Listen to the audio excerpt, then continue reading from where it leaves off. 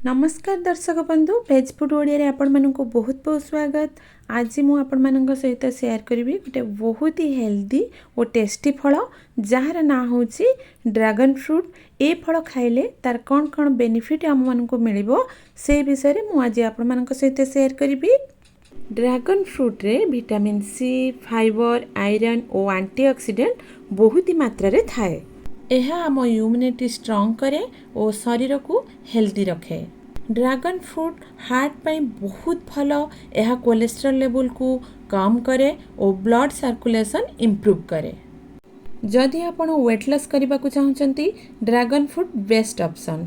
यह low calorie और high fibre थिबारु पेट कमेबारे सहायता करे। जो मानकर गैस प्रॉब्लम रहुची से माने भी ए फलटी को ट्राई करि परिबे, बहुत ही भल काम देबो।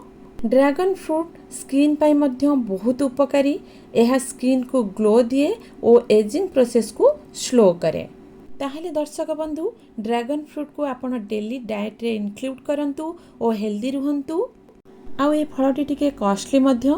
जदि आपण याकू डेली डाइट रे यूज न करि पारुछंती ताहले आपण सप्ताह को 2-3 थर खांतु, देखिबे आपनकर निश्चित बेनिफिट मिलिबो।